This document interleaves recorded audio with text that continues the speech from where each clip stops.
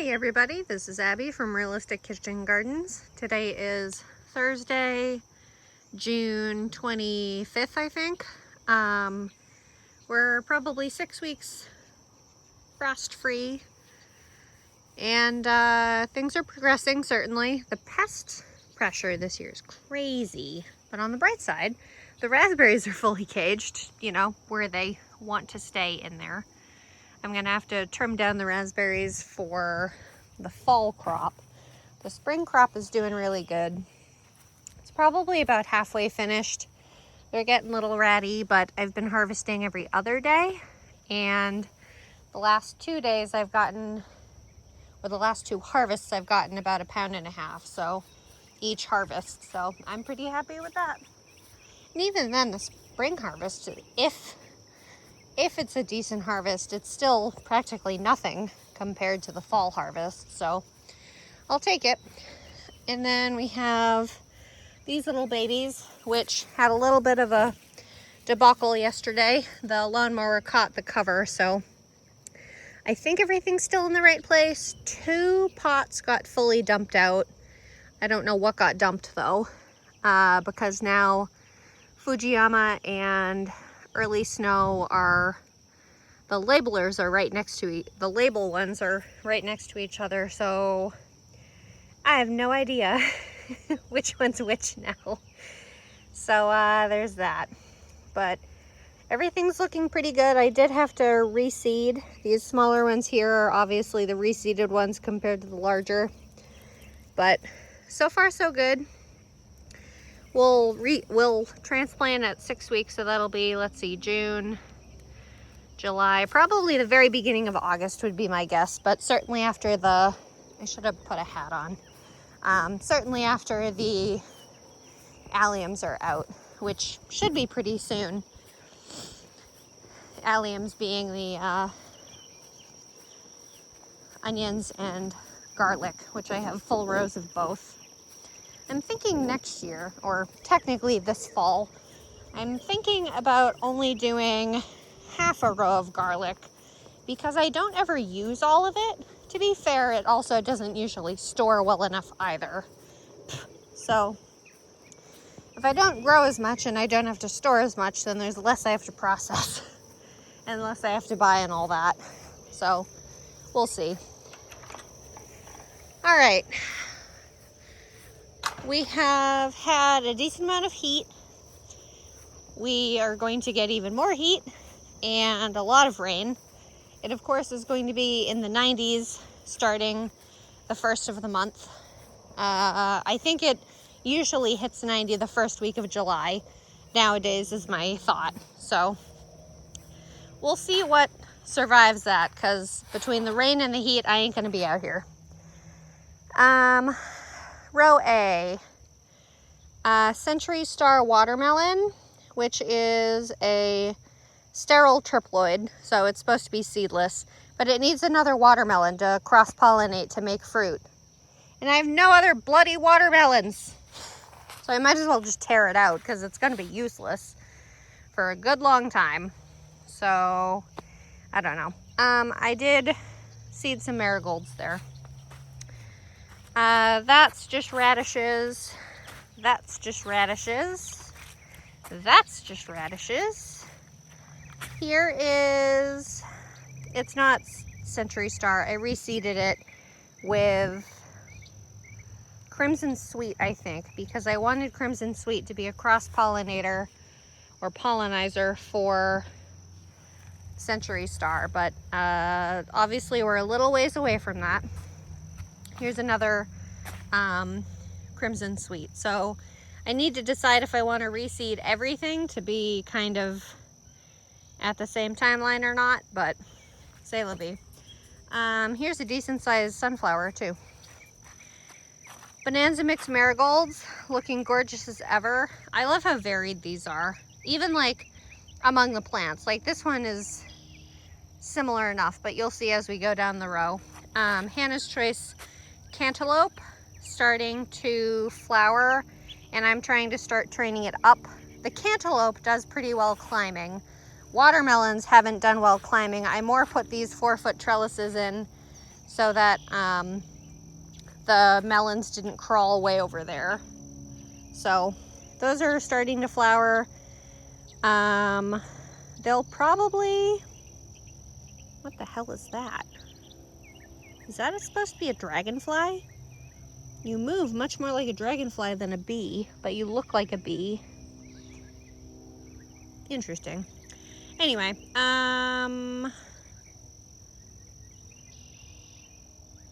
don't remember where I was. They'll probably start fruiting soon. 2, and then there's 1, 2, 3 nice size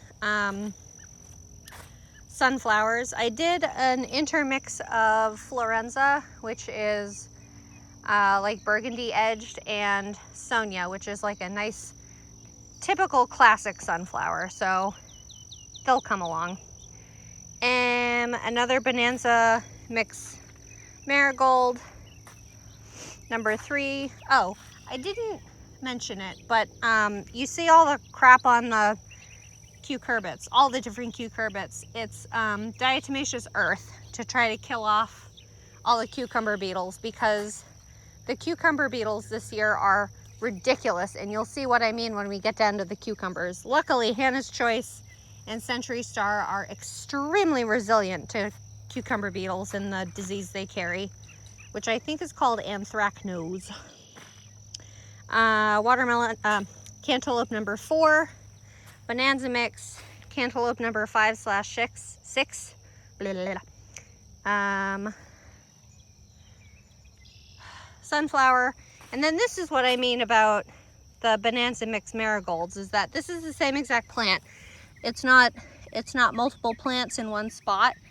It's just, it started, to be fair, they were a little bit darker. The 2 yellow ones were darker, but not nearly as dark as these. So I wonder if it changes as they get older. And here's a volunteer basil. Sunflowers, both lavenders have finally stuck. Oh, look at that little, I don't think you'll be able to see it on camera, but there's a little tiny hoverfly right there. I love hoverflies. They're in the family of beneficial insects, and then technically there's 3 here of spineless zucchini. I ended up having to, you'll see when we get there, but I ended up having to take this last cattle panel down and move it over to the tomatoes to make the alley. So there's these goofy little things that will provide at least a little bit of support for these zucchini. Even though they're bush zucchini, they don't really care. Okay, here's how the cucumbers are doing. So mad. So like all of these cucumbers are the same age, same variety, except those 2 down the end. But like all 3 of these are the same age, variety. They've been in the same spot as each other. So I don't really understand what's made this one live and the others not. So this is Excelsior pickling cucumber. I think they're from Gurney's. I'm pretty sure, if I remember correctly, they're all female, so I don't have to worry about a pollinator. There's another little beneficial hoverfly. I love them. They're so cute. They usually like to be on, they are usually on like white umbral type flowers. I mean, they go on all types of flowers, but that too. So I don't know. This one seems to be doing fine, but I'm gonna have to tear these out and reseed them. And hopefully I've killed off enough of the cucumber beetles with my diatomaceous earth and neem oil and all that, that they're dead enough that when I replant, I'll actually get something out of it. But these plants are so sad. This is Thalia dill. It looks like it's thinned out a little bit, or this one was the one that germinated the least. There's 2 volunteer basil there. There's 1 there. I think that's a sunflower. That's a radish. And then here's another batch of dill that I guess you'll be okay under there. We'll see. But this is Hera dill, which I think is a new variety to me. It's either Hera or the one on the end. Teddy. No, I don't know. And then there's Ceres butter and squash, which has not cared at all about the cucumber beetles, which I'll take it. It's fine. You do you. Cucamelon, which you can barely see because it's so covered in. You're starting to take off though, but you're so itty bitty. I don't understand. I don't think it's supposed to be like that, but it's the first time I've grown it, so we'll see what you do. Summer Dance slicer cucumber. I'm really surprised it got as damaged as it did, because last year it powered through. Honestly, I don't remember there being pests that much, like at all in there. So that's kind of surprising. But yeah, you'll need to be replanted. That's, oh, I didn't put it on that tag. I was gonna look and see how long it takes, but I think I want to say it's a 58-day variety. This is my tried and true variety. And then there's Telegraph, which I haven't grown in a couple years and not doing great. And then this last batch of dill, Teddy. Probably the one that germinated the best, but it's also the newest, freshest seed, I think. Excuse me. Row B, fallow, except for the, see, you can see all the little, this is yarrow, wild grown yarrow. It just kind of came up and I let it because it was going to be the wild bit. There's all kinds of fun things on these. This is why people say to grow yarrow and stuff as a companion plant, because they attract all the little tiny beneficial insects. But anyway, row B is basically fallow. I need to buzz it down again. There's another patch of yarrow, and then there's a rudbeckia growing wildly planted down the end. Onions, I think, are getting close. They're bulbing up really nicely. This is sterling white onion. Looking good. Good size. So we're just waiting on the necks to soften and they'll flop over sideways, and then I'll harvest them and dry them and then try to store them. White onions don't store very well though. And then there's red wing, red storage onion. These don't seem super bulbed up, but I think I need to get better about planting them in the proper depth. Little fallow section covered in straw, and then these are all Patterson storage onions. I think these will probably be finishing up in the next 2 to 4 weeks is my guess. In this side you can see the cover crop a lot better. There's hairy vetch. What the hell is that? Oh, it's a grasshopper. I was looking at this brown grasshopper and I thought it was a praying mantis for a second. Hairy vetch. Some of it's in flower. This random pansy that is just cruising along like it owns the place. There's field peas, and then I doubt any radish has survived because this stuff I think is overwintered. But hairy vetch is fun. And then of course there's grass, and there's the rudbeckia. But the onions, they're not the biggest variety, but they're very reliable is the touted benefit to them. Garlic. This is the first variety of garlic that the seed was, I think, over a year old, so I'm pretty impressed. It's a soft neck. I believe it's a Chilean red, but you can see the neck is soft and flexible and brown. I should probably pull it up. I'm gonna have to pull up the black fabric though, because this black fabric will keep me from pulling it up the holes too small. But the soft neck is getting ready to harvest. This is silver white soft neck garlic. Still sturdy. Lore's soft neck garlic. Looks like it's getting ready to finish up.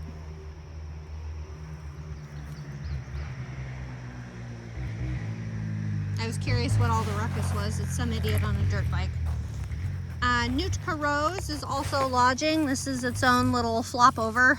Both of these, you can see this one well too, that it's flopped over. This is the bulb, and then that's the neck flopping over. So I am gonna try to braid garlic this year. We'll see how it does.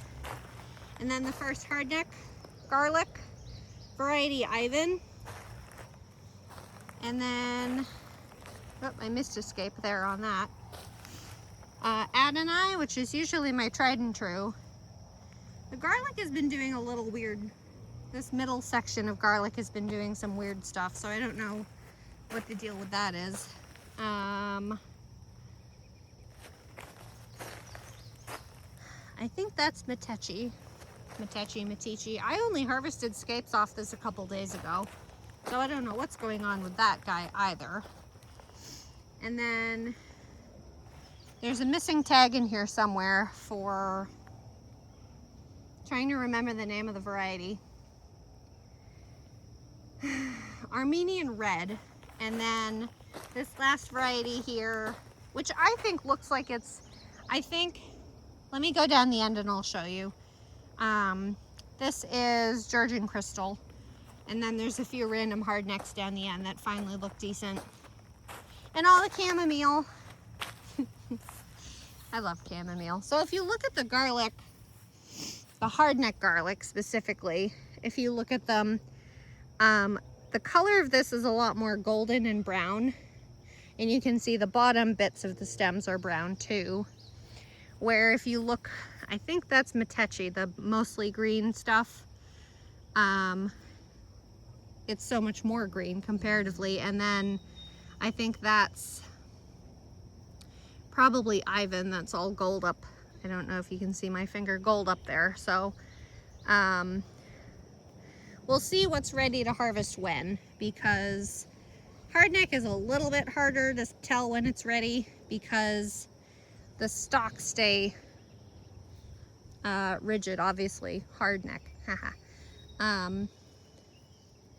where the soft necks flop over. They're a lot more obvious. This section, the chamomile I'm letting stay because I'm enjoying it, and I'm planning to turn this section where the carrots were into some wildflowers. I have seeded some, but the seed was old and very scant. So we'll see if anything comes up. If not, I will reseed with a little bit better of a mix. I was kind of hoping to do a similar seed that I did from the year before. I thought that was a pod of some kind. It's just a dry viola flower that had like cilantro and dill in it, but I may have to blend my own little mixture like that. So that's dry and not doing anything. I need to water it, I need to seed it, or it's seeded, I just need to water it. Summer Carnival hollyhocks and some random viola, and I think that's pokeweed. But they're going. I thought these would flower the first year, but I don't think they're gonna. Emerite pole beans, getting big. There's a few that have filled in the gaps. There's probably only 3 or 4 that didn't come up. Of the 66, I think there's, so that one ended up coming up, but it's behind the others comparatively. And same thing with that one. So we're all mostly on the same spot, but just waiting for these guys to get tall enough to grab their twine and get going. These are supposed to be a 55-day variety. I didn't put a tag in when I seeded them. This one's just about ready to start climbing. It's getting there. I'm excited for this variety. They're definitely much more like oblong tooth shape compared to like bush beans that have the really broad, like almost teardrop shape. Interesting. And then a baby sun coreopsis plant that I had gotten on clearance that is recovering. It was in a tough spot. Here's the strawberry patch that's coming along. I did seed a bunch of sweet alyssum to try to keep the grass out of it, which there's still grass, but at least the sweet alyssum will help keep the ground there and all that. But the strawberries are spreading nicely. This is the June bearing variety Flavor Fest. It already has 2 good pups out, right? I can't see, it's too bright. I'm standing in the sun. There's 2 good pups there that are rooted. You're well rooted and you're well rooted. I also think there's an ant colony inside the strawberry plant or underneath it, which is fine. Nothing will eat it then.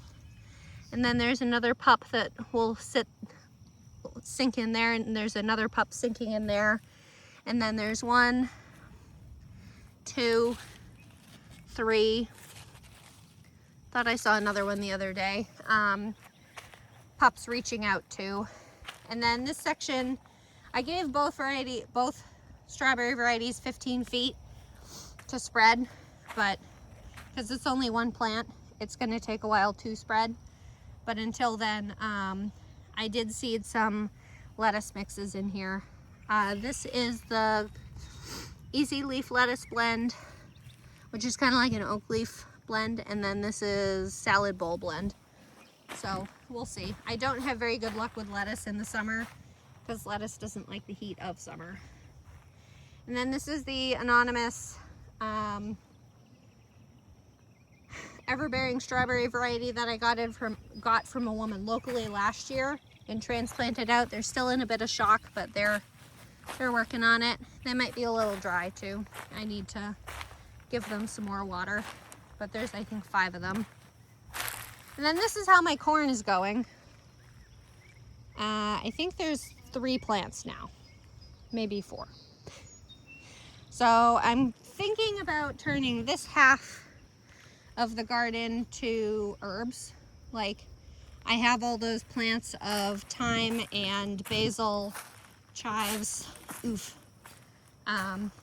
Those are my 2 good looking corn plants, 1, 2. And then that's probably not one with how far forward it is, but I need to keep or I can just do a cover crop. I haven't really decided. Or I can, because I have it split. This row is split evenly, 15 feet.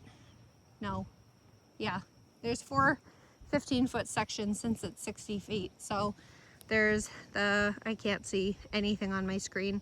15 foot for June bearing, 15 feet for ever bearing, and then 15 feet for one variety of corn and 15 for the other. So I could turn one section of corn into I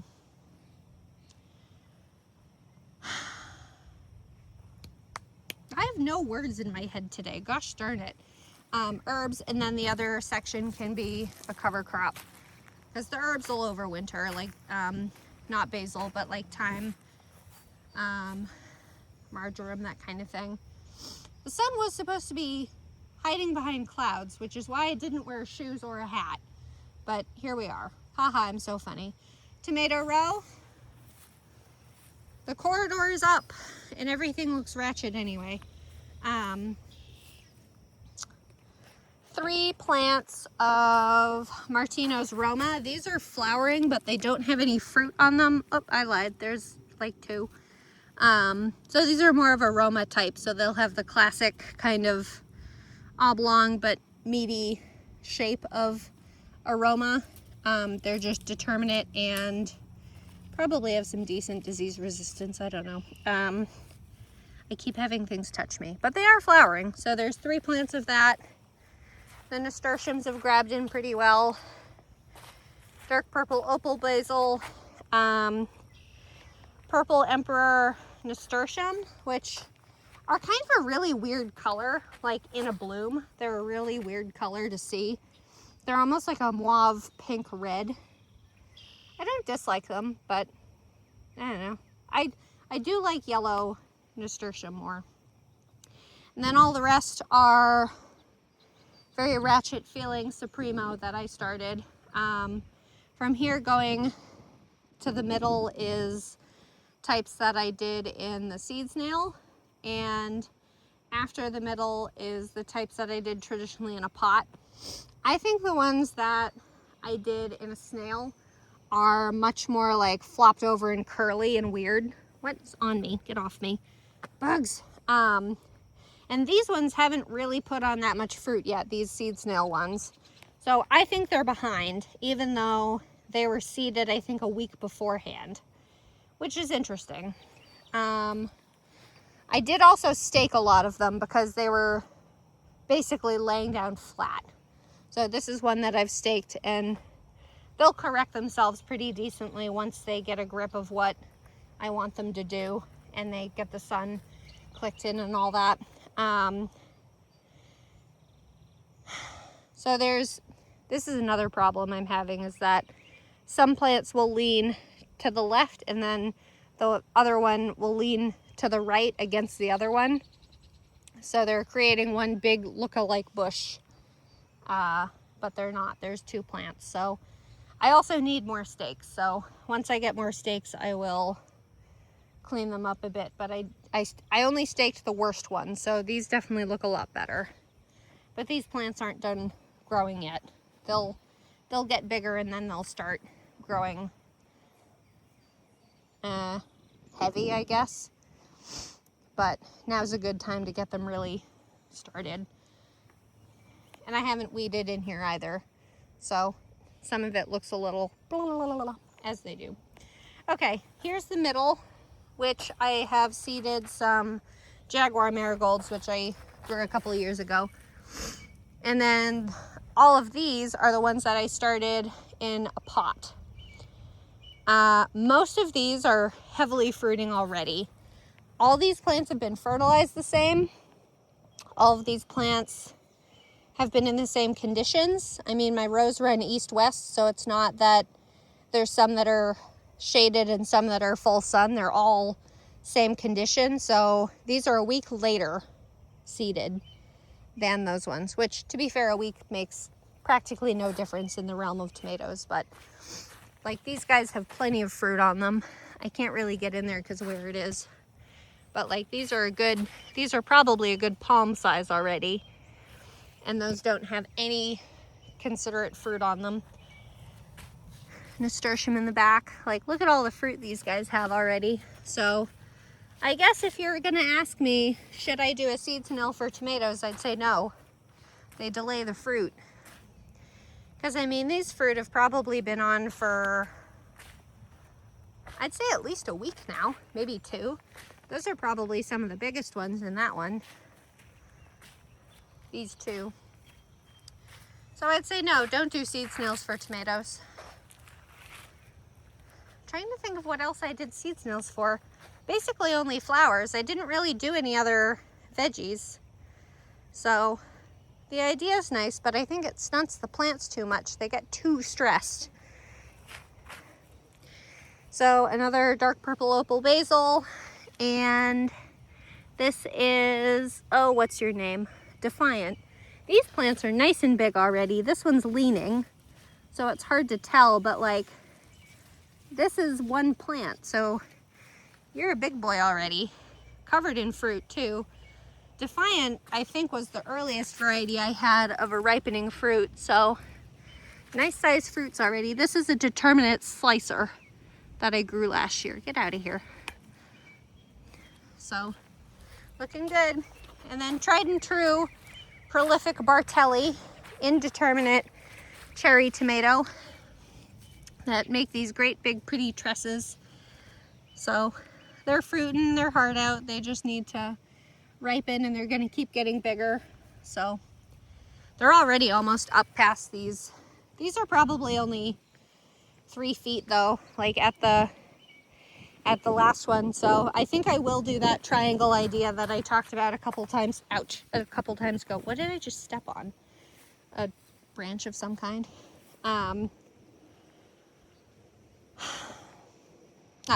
Triangle method. So I think I'll kind of make like a roof kind of idea, so that indeterminates can do that. I won't do it all along. I'll just do it on these probably 3 little pieces of trellis.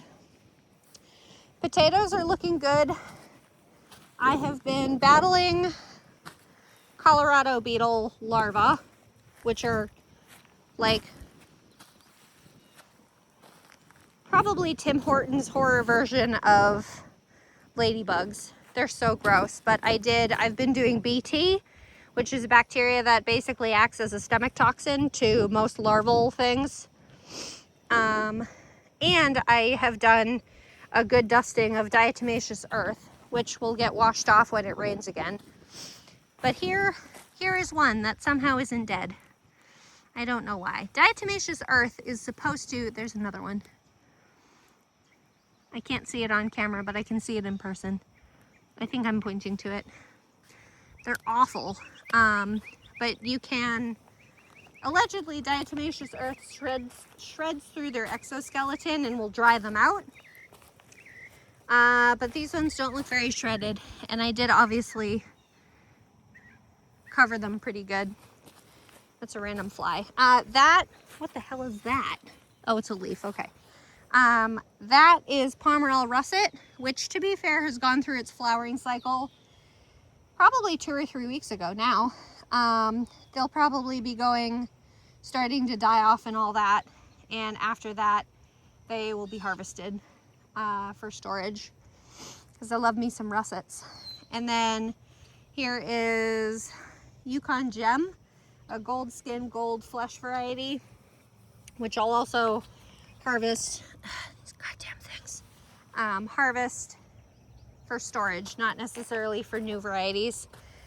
But this variety was probably hit the hardest by the Colorado beetles larva, which, by the way, I did take a quick look, did a quick Google, and the issue with Colorado beetles, as you can see on these couple plants, is they will kind of chew off all the vegetation and it'll stunt the plants. But I mean, I feel like the plants are fully grown. They even started flowering, but it can impact the harvest you get from them because of that stunting.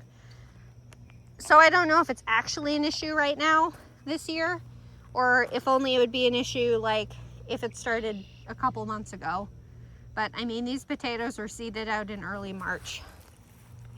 Now the weird part, and I'll probably be proved wrong as I'm walking through, but this variety is Baltic Rose, which is a gold-fleshed red skin variety. They're all from the same vendor, but they haven't touched, there's no Colorado beetles on here. There's flea beetles, but I don't care about the flea beetles.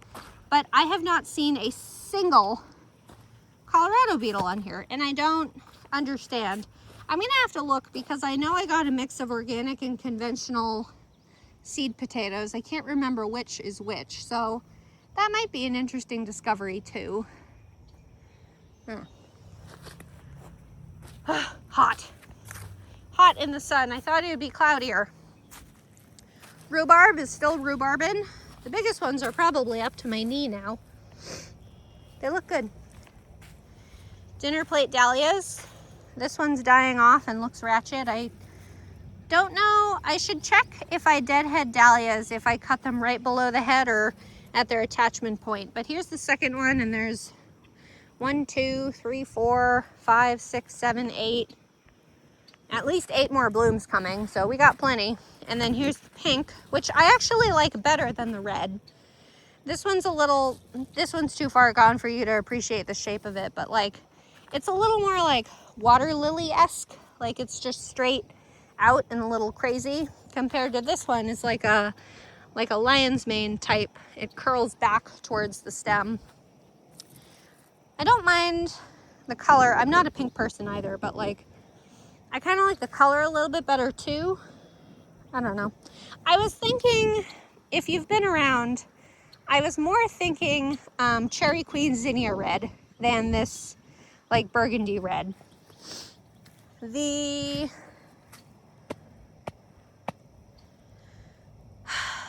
words, Abby. Gosh darn it.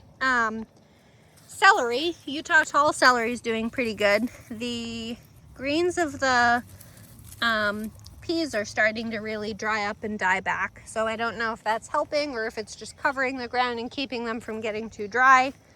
I haven't been filling the oyas because we've been getting enough rain lately, but this is probably the biggest one. Random amaranth. I'll be finding amaranth for the rest of my life here, I think. which is fine. They're easy to pull up. The peppers this year are doing phenomenal. Asterisk, not these varieties yet. You'll see what I mean in a minute.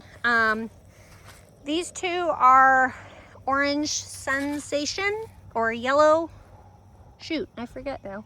It's either Orange or Yellow Sensation Sweet Bell Pepper, the plants I purchased.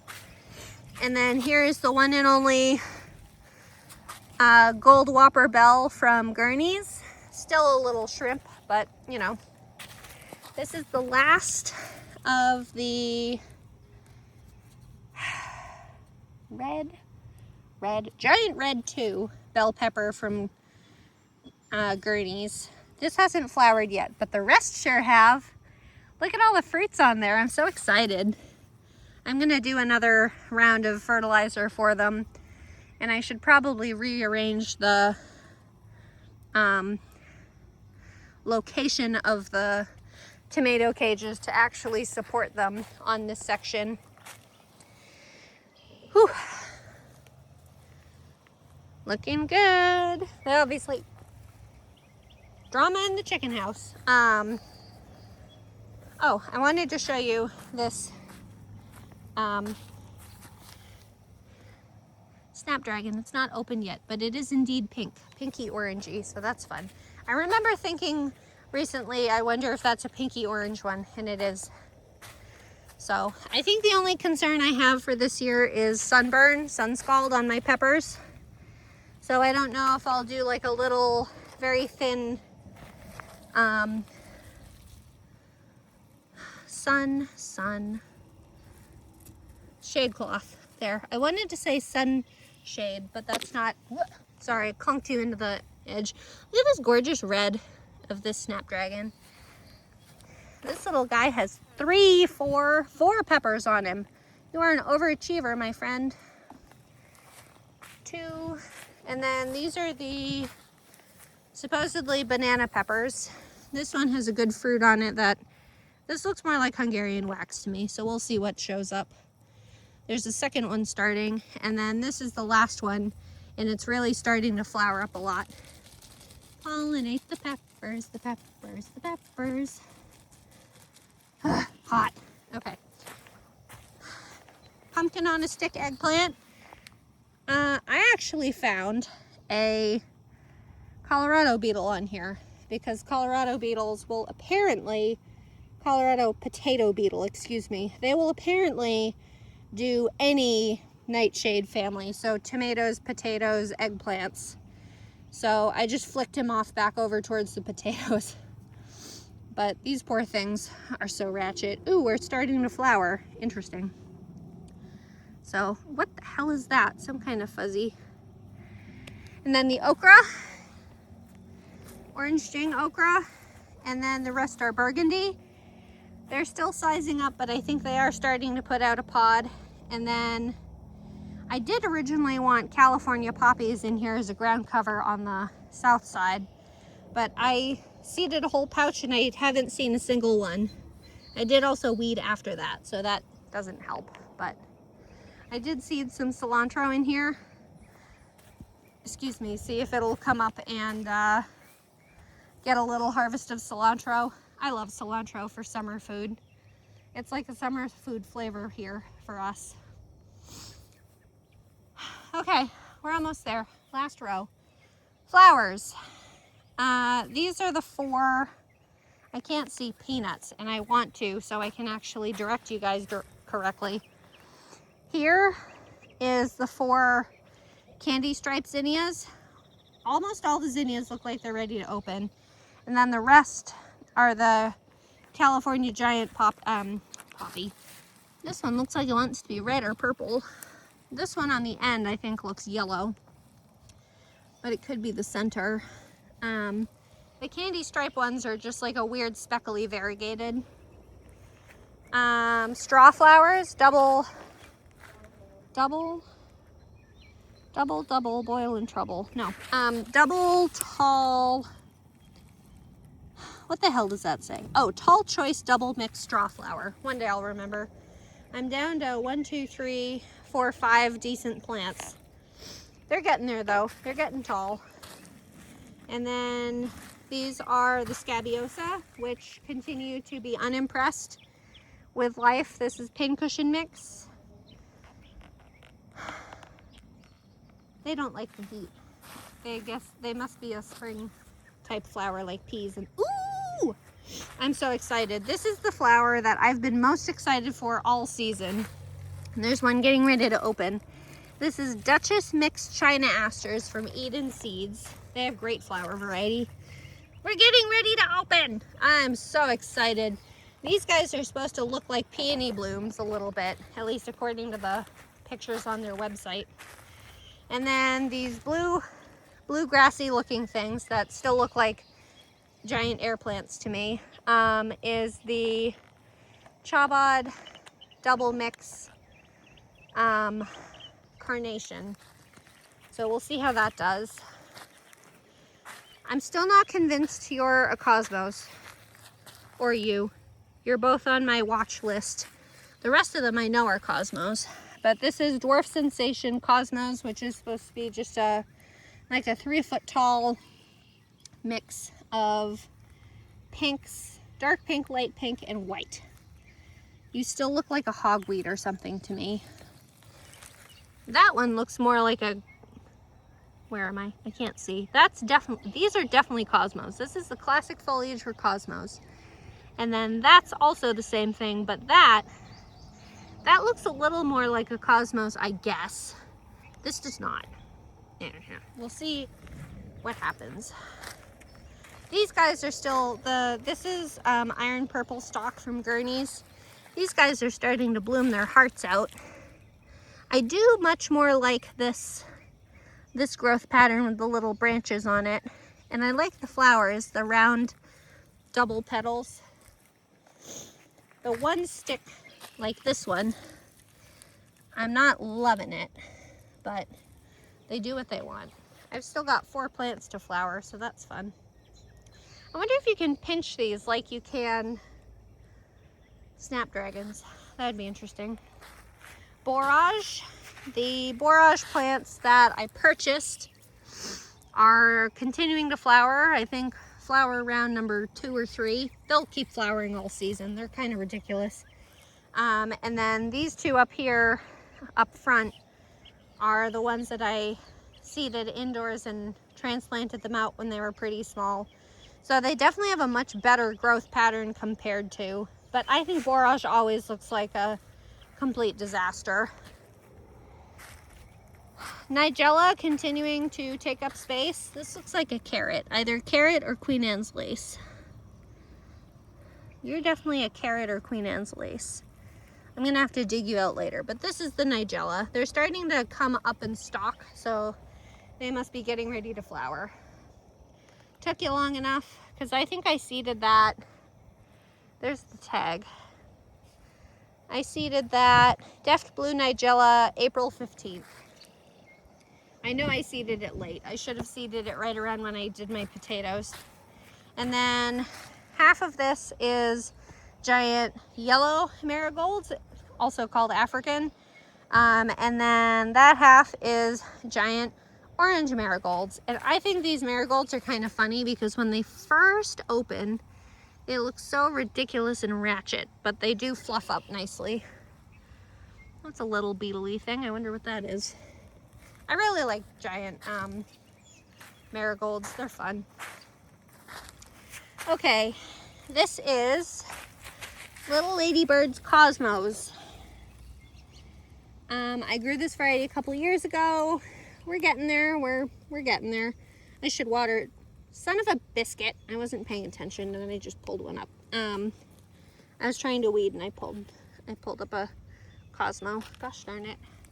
It's not too bad though, like evenness of germination. So I think these guys get about 3 feet tall. They're a little like upright like a stalk. They're not super bushy like the marigolds are, so it'll be a little sparse, as will this section. So this was originally supposed to be Amulet Coreopsis. Then I got too impatient and tried seeding out some Tip Top Mahogany Nasturtium. which is red and only about a foot tall. And then the coreopsis actually came up. So here we are. And even then, only one coreopsis came up of all, only one nasturtium came up out of all of them. Even then, I really didn't have great germination with the coreopsis. I think there were like 30 seeds in there. So I probably got maybe 10 at best. So, but that's what you get. Oh, that breeze feels good. Okay, we made it. As usual, each garden year, there is something that fails horrifically, no matter what you're doing. And there's something that does so well that you're just like, cool, sounds good.